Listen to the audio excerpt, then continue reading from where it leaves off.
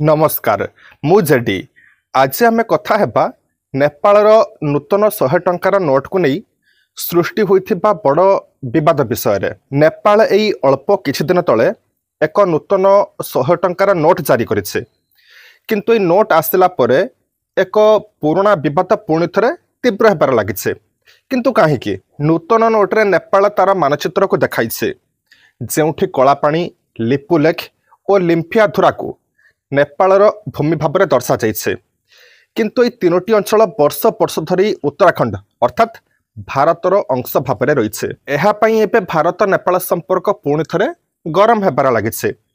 यही नूतन 100 टंका नोटर बाम पटे माउंट एवरेस्ट डाहाण पटे नेपाल तार जातीय फूलर वाटरमार्क रखी मझे नेपालर बड़ मानचित्र दर्शा जाइए। मानचित्र रे विवादीय क्षेत्र गुड़ी को नेपाल तार निज अंश भाव में दर्शाइছে साथरे अशोक स्तंभ और लुम्बिनी जहाँ लॉर्ड बुद्धंक बर्थ प्लेस ताकू उल्लेख करिছে।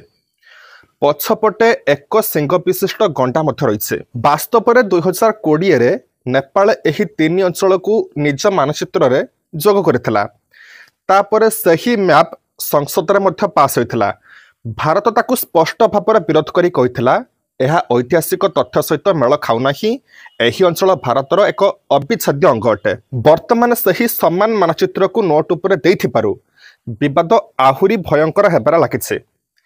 एही घटना रे भारत एबे पर्यंत कोनोसी आधिकारिक उत्तर देई नाही किंतु निश्चय भाव में यह भविष्यत सूचना रे एक महत्वपूर्ण विषय हेबो। एही परि आउ नूतन खबर और अपडेट पाइबा पई चैनल को लाइक करंतु और सब्सक्राइब करंतु, शेयर मध्य करंतु। फेसबुक रे जदि देखुछन्ते ताले आम पेज को फॉलो करंतु।